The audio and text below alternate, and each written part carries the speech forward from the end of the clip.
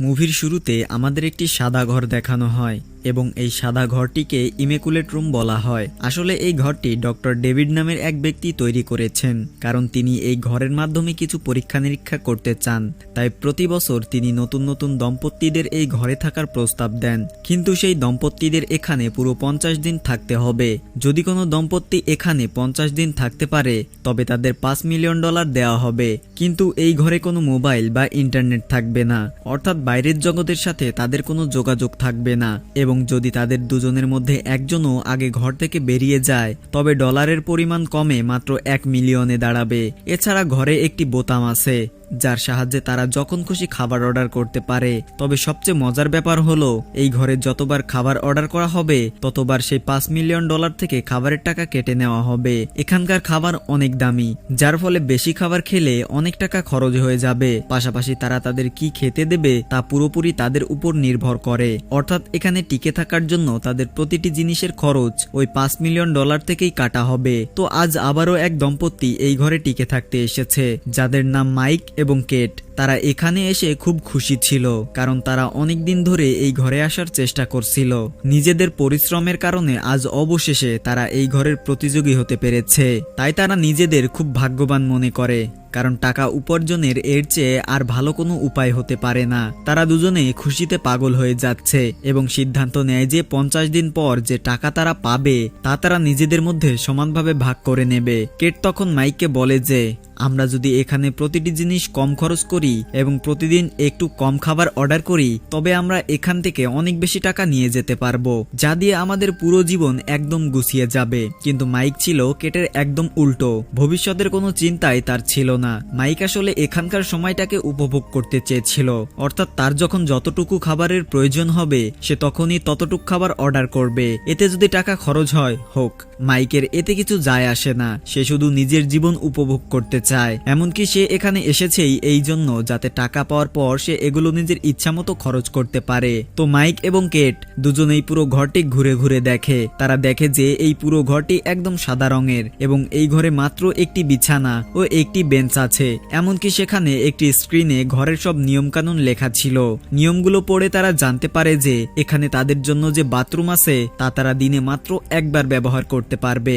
এছাড়া ঘরের দরজার সামনে একটি লাল বোতাম আছে, বোতাম টিপলেই ঘরের দরজা খুলে যাবে, অর্থাৎ তারা যখন খুশি বাইরে যেতে পারে। যার মানে হলো লাল বোতাম টেপা মানেই গেম ছেড়ে দেওয়া, অর্থাৎ বাইরে যাওয়ার জন্য গেম ছাড়তে হবে। পাশাপাশি ঘরের দরজার ওপরের দেওয়ালে একটি অনেক বড় ঘড়ি লাগানো আছে, যা থেকে তারা বুঝতে পারে যে তাদের আর এই ঘরে কতদিন থাকতে হবে।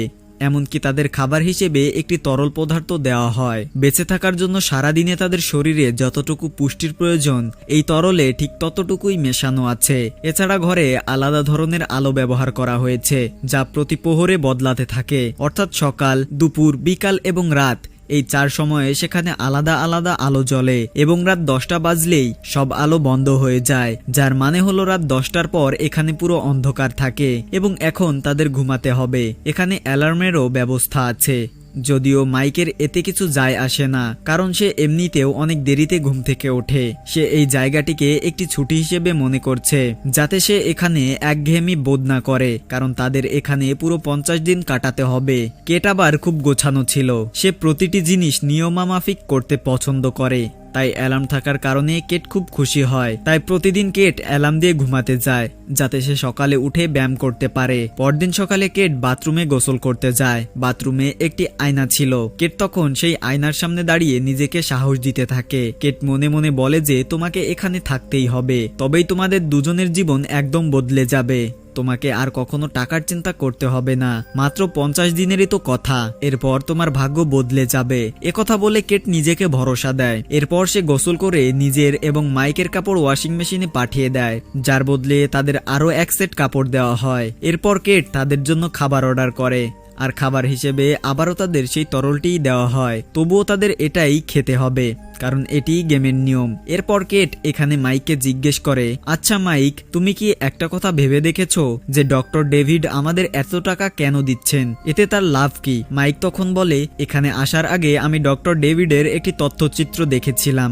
ডক্টর ডেভিড সম্পর্কে সবাই এটা জানে যে তার কাছে কোটি কোটি টাকা আছে। তার কাছে এত টাকা আছে যে সে নিজেই জানে না সেই টাকা দিয়ে কি করবে। তাই সে প্রতি বছর কিছু গেমের আয়োজন করে এবং সে আলাদা আলাদা পরীক্ষার মাধ্যমে দেখতে চায় যে বিভিন্ন পরিস্থিতিতে মানুষ কিভাবে টিকে থাকে। এরপর তারা দুজনে সেখানে চুপচাপ বসে থাকে, কারণ সেখানে বিনোদনের কোনো মাধ্যম ছিল না। তাই তারা বেশ একঘেয়েমি বোধ করছিল। কেট তখন সময় কাটানোর জন্য সেখানে ইয়োগা করতে শুরু করে, কিন্তু ইয়োগা মাইকের একদম পছন্দ ছিল না। তাই সে বারবার সেই ঘরে লাগানো ঘড়ির সামনে যাচ্ছিল এবং সময় দেখছিল। কখনো সে শুয়ে থাকতো তো কখনো নিজেই নিজেকে প্রশ্ন করত এবং নিজেই তার উত্তর দিত।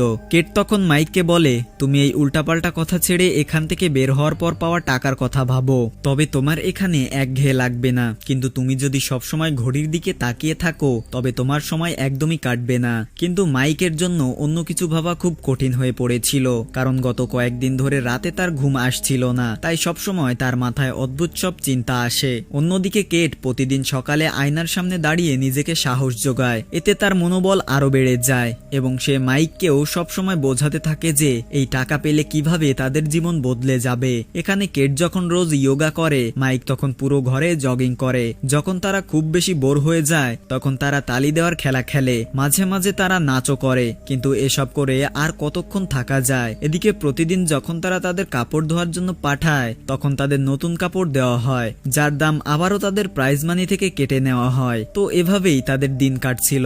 কিন্তু হঠাৎ একদিন মাইক ঘরের মেঝেতে একটি ছোট্ট পোকা দেখতে পায় এবং সেই পোকাটি কিছুটা অসুস্থ মনে হচ্ছিল।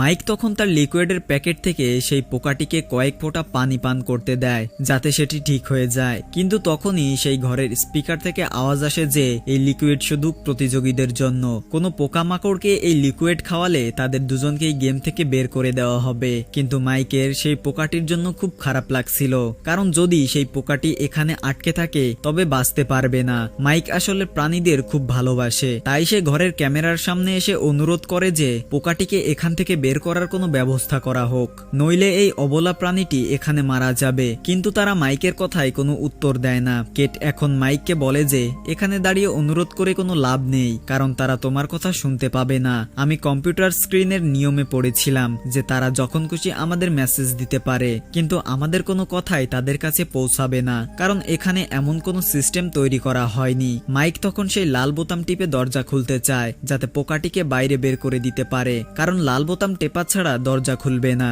কিন্তু কেট মাইককে এমনটা করতে মানা করে, কারণ লাল বোতাম টিপলেই তারা গেম থেকে বের হয়ে যাবে। কেট মাইককে বারবার এটাই বোঝানোর চেষ্টা করে, কিন্তু মাইকের মনে হয় যে সে তো শুধু পোকাটিকেই বাইরে বের করছে, সে নিজে তো বাইরে যাচ্ছে না, তবে তাদের গেম থেকে কেন বের করা হবে? কেট তখন বলে যে গেম তোমার হিসেবে চলবে না, তারা যে নিয়ম বানিয়েছে আমরা যদি সেগুলো না মানি তবে তারা আমাদের বের করে দেবেই। কেট তাকে মনে করিয়ে দেয় যে কত কষ্ট করে তারা এখানে আসার সুযোগ পেয়েছে এবং এখন সে একটি পোকার জন্য পুরো পরিকল্পনা নষ্ট করতে চায়। এটি শুনে মাইক খুব রেগে যায়। সে পোকাটিকে মাটিতে রেখে কেটকে বলে যে যদিও এটি একটি পোকা কিন্তু এর প্রাণ আছে, আমরা তো লিকুইড খেয়ে বেঁচে যাব, কিন্তু এটি মারা যাবে। আমি একজন মানুষে নিজের চোখের সামনে কোনো প্রাণ যেতে দেখতে পারি না।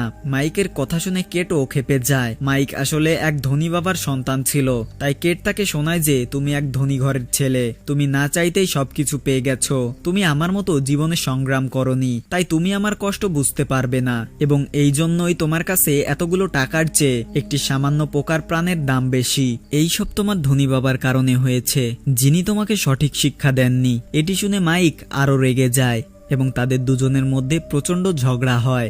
ঝগড়ার সময় কেট রেগে সেখান থেকে যাচ্ছিল, তখনই তার পা সেই পোকাটির উপর পড়ে যায় এবং পোকাটি সেখানেই মারা যায়। কেট বলে যে আমি খুব দুঃখিত, আমি পোকাটির দিকে খেয়াল করিনি। কিন্তু মাইক কেটের কথা বিশ্বাস করে না। তার মনে হয় যে টাকার জন্য সে ইচ্ছাকৃতভাবে পোকাটিকে মেরে ফেলেছে। তাই মাইক অভিমান করে অনেকদিন কেটের সাথে কথা বলে না এবং ঘরের এক কোণে বসে নিজের সময় কাটায়। এদিকে মাইক ও কেট দিনে মাত্র একবার খাবার অর্ডার করত, যাতে টাকা কম খরচ হয়। কিন্তু মাইক অনুভব করে যে সে খুব দুর্বল হয়ে যাচ্ছে এবং সে এইভাবে এখানে থাকতে পারবে না। তার মনে হয় খাবারের দাম আর কতই বা হবে, হয়তো কয়েক হাজার ডলার। তাই তাদের দিনে দুবার খাবার খাওয়া উচিত। মাইক কেটকে বলে যে আমি দুর্বল হয়ে যাচ্ছি, তাই এখন থেকে দুবার খাবার অর্ডার করব। কেট তাকে মানা করে এবং বলে যে যখন এখান থেকে বের হব তখন দুবার কেন 5 বার খেও, কিন্তু এখন একটু নিয়ন্ত্রণ করো যাতে আমরা বেশি টাকা নিয়ে যেতে পারি। কিন্তু মাইক বলে যে আমার তোমার অনুমতির প্রয়োজন নেই, আমিও এই গেমের অংশ এবং ওই টাকার উপর আমারও অধিকার আছে। এই বলে মাইক আবারও খাবার অর্ডার করে, কিন্তু খাবারের বদলে সেখানে রং ও তুলি আসে। যদিও মাইক এতে কিছুটা খুশি হয়, কারণ এখন অন্তত তার কাছে সময় কাটানোর জন্য কিছু তো আছে। মাইক তখন সেই রঙের সাহায্যে সেখানকার দেওয়ালে ছবি আঁকতে শুরু করে এবং এটি দেখে কেট খুব খুশি হয়, কারণ এখন অন্তত মাইক একটু শান্ত থাকবে। এদিকে মাইক সেখানে ততক্ষণ ছবি আঁকতে থাকে যতক্ষণ না সেই রং শেষ হয়ে যায়। এরপর বিকেলে যখন কেট বাথরুমে আসে তখন সে দেখে যে মাইক সেই সবুজ রং দিয়ে পুরো বাথরুম একদম নোংরা করে ফেলেছে। কেট সবসময় পরিষ্কার পরিচ্ছন্নতা পছন্দ করে। বাথরুমের এই অবস্থা দেখে সে খুব রেগে যায়, কিন্তু পরের মুহূর্তেই সে নিজেকে সামলে নেয়। সে মনে মনে ভাবে যে হয়তো এখানে থাকতে থাকতে মাইক বাচ্চাদের মতো আচরণ করতে শুরু করেছে। তাই কেট মাইকের কাছে যায় এবং নিজের খারাপ ব্যবহারের জন্য তার কাছে ক্ষমা চায়। সে মাইককে বোঝায় যে তাদের দুজনকেই এখানে মিলেমিশে থাকতে হবে এবং সবসময় নিজের মাথা শান্ত রাখতে হবে, নইলে তারা দুজনেই হতাশায় চলে যাবে। মাইক তখন কেটকে বলে যে শুরুতে আমরা এখানে থাকা যতটা সহজ ভেবেছিলাম বাস্তবে এটি ততটাই কঠিন। কেট তখন মাইককে সান্ত্বনা দেয় এবং বলে যে আর মাত্র কয়েকটা দিন মাইক, এরপর আমরা এখান থেকে বের হতে পারবো এবং সব টাকা আমাদের হবে, তুমি আর কয়েকদিন সাহস রাখো। এরপর কেট ও মাইক সেখানে ঘুমিয়ে পড়ে। পরদিন সকালে যখন কেট ঘুম থেকে ওঠে তখন সে বাথরুমের বেসিনে একটি বন্দুক দেখতে পায়। কেট এতে কিছুটা ভয় পেয়ে যায় এবং সঙ্গে সঙ্গে মাইককে ডাকে। তারা প্রথমে এই বিষয়ে কথা বলে যে বন্দুকে কোনো গুলি আছে কিনা। তারা এটা বুঝতে পারছিল না যে এই বন্দুক এখানে কে রাখলো, কারণ এই ঘরে তো আর কোনো মানুষ আসেনি। তারপর তারা সিদ্ধান্ত নেয় যে এই বন্দুকটি তারা তাদের বিছানার নিচে লুকিয়ে রাখবে, কারণ গেমের নিয়ম অনুযায়ী তারা নিজেদের কাছে কাপড় ছাড়া আর কোনো বাড়তি কিছুই রাখতে পারবে না। সেই রাতে তাদের দুজনের জন্য গেমের পক্ষ থেকে একটি পুরস্কার দেওয়া হয়, যার সাহায্যে তারা তাদের কাছের মানুষদের সাথে কথা বলতে পারবে। তাই তারা দুজনেই খুব উত্তেজিত হয়ে যায়। তখনই সেখানে সবার আগে মাইকের বোন রিচেলের ফোন আসে। মাইক এতে খুব খুশি হয়ে যায়। রিচেল মাইককে বলে, দাদা আমরা সবাই তোমাকে খুব মিস করছি, তোমরা দুজনে খুব ভালো খেলছো, আশা করি তোমরা এই গেমটি জিতে যাবে। মাইক তখন রিচেলের কাছে তার বাবা মায়ের কথা জিজ্ঞেস করে। রিচেল জানায় যে সে এবং পরিবারের সবাই খুব ভালো আছে, তারা শুধু মাইকের জন্য দুশ্চিন্তা করছে। রিচেলের সাথে মাইকের কথা শেষ হওয়ার পর সেখানে মেসেজের মাধ্যমে একটি ভিডিও আসে, কিন্তু কেট এই মেসেজটি কোনোভাবেই দেখতে চাচ্ছিল না, তাই সে মেসেজটি বন্ধ করতে বলে, কিন্তু সেটি সেখানে নিজে থেকেই চলতে শুরু করে। মেসেজের সেই ভিডিওতে এক বৃদ্ধ ব্যক্তি কেটকে শুভেচ্ছা জানাচ্ছিলেন, কিন্তু কেট সেই লোকটিকে একদম সহ্য করতে পারছিল না। সেই বৃদ্ধ ব্যক্তি আসলে একটি ওয়েলফেয়ার একাডেমিতে থাকেন। তিনি কেটকে বলেন, আমি এখানে খুব ভালো আছি, আমি কিছু মানুষের কাছে শুনেছি যে তুমি একটি গেম খেলতে গেছো, আশা করি তুমি খুব ভালো খেলবে। আমি জানি যে তুমি আমাকে ঘৃণা করো, কিন্তু আমি তোমাকে খুব ভালোবাসি মা। এখানে আমরা বুঝতে পারি যে সে বৃদ্ধ ব্যক্তি কেটের বাবা, কিন্তু কেট তাকে সহ্য করতে পারছিল না, তাই সে সেখানে চিৎকার করে কাঁদতে শুরু করে। মাইক বুঝতে পারছিল না যে সেই ভিডিও দেখে কেট কেন কান্না করছে, তাই সে তাকে সান্ত্বনা দেয় এবং সেই রাতে তারা সেখানেই ঘুমিয়ে পড়ে। পরদিন সকালে অনেক দেরি হওয়া সত্ত্বেও কেট বিছানা থেকে উঠছিল না, তাই আজ কেটের আগে মাইক উঠে যায়। মাইক আজ অবাক ছিল, কারণ কেট তো প্রতিদিন সকালে উঠে যোগা করত, কিন্তু আজ সে বিছানা ছাড়ছিলই না। মাইক বুঝে যায় যে গত রাতের বিষয়টি নিয়ে কেটের মন এখনো খারাপ। মাইক তাকে জিজ্ঞেস করে সেই বৃদ্ধ ব্যক্তি কে ছিলেন এবং তাদের দেখে তুমি এমন করছিলে কেন। কেট জানায় যে ওই লোকটা আমার বাবা, কিন্তু তাকে বাবা বলতেও আমার লজ্জা হয়। মাইক কারণ জিজ্ঞেস করলে কেট জানায় যে আমার বাবা এক সময় খুব নেশা করত এবং নেশা করে আমার মাকে মারধর করত। তার একটি খুব ভালো ব্যবসা থাকা সত্ত্বেও সে নেশাগ্রস্ত হয়ে রাস্তায় পড়ে থাকতো, যার ফলে আমাদের পরিবারে ধীরে ধীরে দারিদ্রতা চলে আসে। তারপর বাবা আমাকে আর আমার মাকে ছেড়ে চলে যায়, এমনকি যাওয়ার আগে সে আমাদের বাড়ি পর্যন্ত বিক্রি করে দিয়েছিল। বাবার এভাবে ছেড়ে চলে যাওয়া আমার মা সহ্য করতে পারেননি এবং কয়েকদিনের মধ্যেই তার মৃত্যু হয়। তখন আমি পৃথিবীতে একদম একা হয়ে গিয়েছিলাম। আমি তাকে অনেক খুঁজেছি, কিন্তু সে কোথাও ছিল না। আর কাল এত বছর পর আমি তাকে দেখলাম, কিন্তু তাকে দেখে আমি নিজেকে সামলাতে পারিনি। বাবা কি কখনো এমনও হয় মাইক? এখানে মাইক ও কেটের কথা শুনে আমরা জানতে পারি যে তারা আসলে স্বামী স্ত্রী নয়, বরং বয়ফ্রেন্ড গার্লফ্রেন্ড। তাই মাইক কেট সম্পর্কে এত কিছু জানতো না। এখন এখানে তাদের মাত্র 14 দিন বাকি আছে, অর্থাৎ 14 দিন পর তারা এখান থেকে বেরিয়ে যাবে। কিন্তু কেট এখন আর আগের মতো ছিল না। সে সারাদিন বিছানায় শুয়ে থাকে। এদিকে মাইক নিজেকে ব্যস্ত রাখার জন্য আলাদা আলাদা উপায় অবলম্বন করে। এমনকি সে কেটকে জোকসও শোনায় যাতে তাকে হাসাতে পারে, কিন্তু এতে কোনো লাভ হয় না। মাইকের সময় কাটছিল না, তাই সে কখনো কখনো মেঝেতে শুয়ে থাকে যাতে তার কিছু আলাদা মনে হয়। মাইককে এভাবে মাটিতে শুয়ে থাকতে দেখে কেট তার কাছে আসে। কেট তখন মাইককে বলে যে তুমি চাইলে আবারও খাবার অর্ডার করতে পারো, যদি এতে অনেক টাকা শেষ হয়ে যায় তবুও কোনো সমস্যা নেই। কেট আসলে এটা বুঝে গিয়েছিল যে ছোটবেলা থেকেই মাইক নিজের ইচ্ছে মতো সবকিছু খরচ করেছে এবং সে শুধুমাত্র তার জন্য এই ঘরে এসেছে। তাই মাইককে অন্তত এখানে নিজের ইচ্ছা মতো চলতে দেওয়া উচিত। কেটের মুখে এমন কথা শুনে মাইক খুব অবাক হয়ে যায়, কিন্তু তবুও সে বেশ খুশি হয়, কারণ এখন অন্তত সে নিজের ইচ্ছা মতো সবকিছু অর্ডার করতে পারবে। তো মাইক তখন সেখানে অর্ডার করে, কিন্তু অর্ডার করার সাথে সাথেই সেখানে আরো একটি দরজা খুলে যায় এবং সেই দরজা দিয়ে একটি মেয়ে বাইরে আসে। মাইক এতে খুব অবাক হয়ে যায়, কারণ সে তো এখানে খাবার অর্ডার করেছিল, কিন্তু তার অর্ডারে তারা মেয়ে কেন পাঠালো? মাইক কিছু বুঝতে পারছিল না। এই মেয়েটির নাম ছিল সিমন। মাইক সিমনকে জিজ্ঞেস করে তুমি এখানে কেন এসেছো? সিমন তখন মাইককে জানায় যে আমি একজন অভিনেত্রী এবং আমাকে এখানে কিছুদিনের জন্য হায়ার করা হয়েছে। মাইক জিজ্ঞেস করে তবে তুমি এখানে কি জন্য এসেছো? সিমন বলে সেটা তো আমি নিজেও জানি না, তারা আমাকে এখানে পাঠিয়েছে তাই আমি এখানে এসেছি, আমার শুধু আমার টাকা নিয়ে মানে। ঠিক সেই মুহূর্তে সেখানে কেট চলে আসে এবং সেই মেয়েটিকে দেখে খুব রেগে যায়। কেট মাইককে জিজ্ঞেস করে এই মেয়েটি এখানে কি করছে? তুমি কি একে এখানে নিয়ে এসেছো?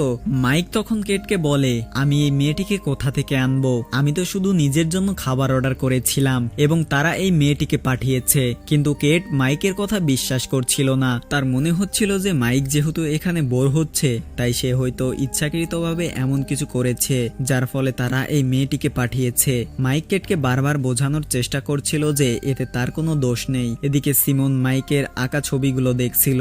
তখন সে মাইককে বলে তুমি দেখতে যতটা হ্যান্ডসাম তোমার ছবিগুলো ততটা সুন্দর। এটি শুনে কেট আরো বেশি হিংসে অনুভব করতে শুরু করে। এভাবে সেখানে রাত হয়ে যায় এবং যেহেতু সেখানকার দরজা আবারও বন্ধ হয়ে গিয়েছিল তাই সিমন সেখান থেকে বাইরে যেতে পারেনি, অর্থাৎ এখন তাদের তিনজনকে এখানে থাকতে হবে। মাইক তখন সিমন ও কেটকে বিছানায় ঘুমানোর কথা বলে, কিন্তু কেট জানে যে নিচে ঘুমালে মাইকের ঘুম আসে না, তাই সে মাইককেও তাদের সাথে বিছানায় থাকতে বলে। যদিও মাইক প্রথমে রাজি হচ্ছিল না, কিন্তু কেটের বারবার বলাতে সে মেনে নেয়। কেট এখন তাদের দুজনের মাঝখানে ঘুমায় যাতে সিমন ও মাইক একে অপরের থেকে দূরে থাকে। এরপর তারা তিনজন ঘুমিয়ে পড়ে। সকালে যখন কেটের ঘুম ভাঙে তখন সে সিমনকে সেখানে দেখতে পায় না। কেটের মনে হয় যে সিমন হয়তো চলে গেছে, তাই সে কিছুটা স্বস্তি অনুভব করে।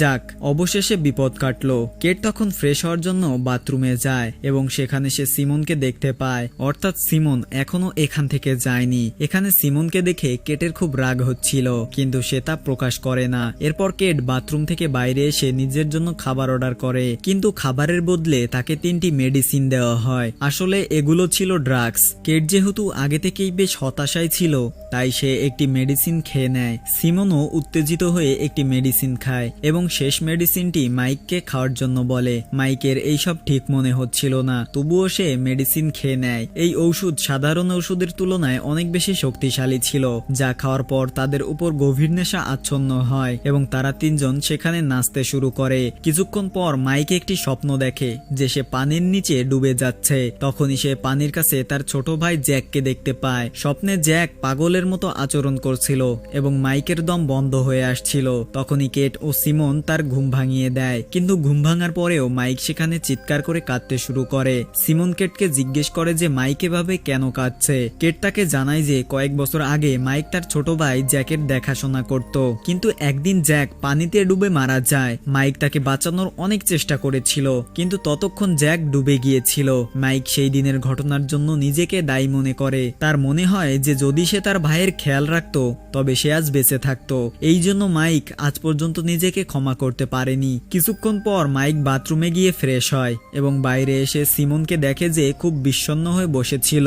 মাইক তাকে বিষণ্ণতার কারণ জিজ্ঞেস করলে সিমন বলে যে যেমন তুমি তোমার ভাইয়ের মৃত্যুর জন্য আক্ষেপ করো তেমনি আমিও আমার মায়ের মৃত্যুর জন্য আক্ষেপ করি। একদিন আমি আমার মায়ের ওপর রাগ করে বাড়ি থেকে বেরিয়ে গিয়েছিলাম। মা সেদিন আমাকে পুরো শহরে পাগলের মতো খুঁজেছিলেন, কিন্তু হঠাৎ একটি গাড়ির সাথে দুর্ঘটনায় তার মৃত্যু হয়। যদি আমি সেদিন বাড়ি থেকে বের না হতাম তবে হয়তো আমার মা আজও বেঁচে থাকতেন। মাইক সিমনের হাত ধরে তাকে সান্ত্বনা দেয়, কিন্তু তখনই সেখানে কেট চলে আসে। তাদের দুজনকে হাত ধরা দেখে কেট মাইকের উপর খুব বাজেভাবে ক্ষেপে যায় এবং সে সিমনকে খুব আজে বাজে কথা শোনাতে থাকে। মাইকও কেটের উপর রাগ করে এবং বলে আমরা দুজনেই আগে থেকে এত হতাশায় আছি, আর এর উপর তুমি এসে এই উল্টাপাল্টা কথা বলছো। সত্যি তো এটাই যে তোমার সাথে এখানে আসাই ছিল আমার সবচেয়ে বড় ভুল। এই বলে মাইক সেখান থেকে চলে যায় এবং তার কথা শুনে কেট নিজের ভুল বুঝতে পারে। তাই কেট সিমনকে সরি বলে। সেই রাতে তারা সবাই বিষণ্ণ মনে ঘুমিয়ে পড়ে, কিন্তু সকালে যখন কেটের ঘুম ভাঙে তখন সে সিমনকে তাদের সাথে দেখতে পায় না।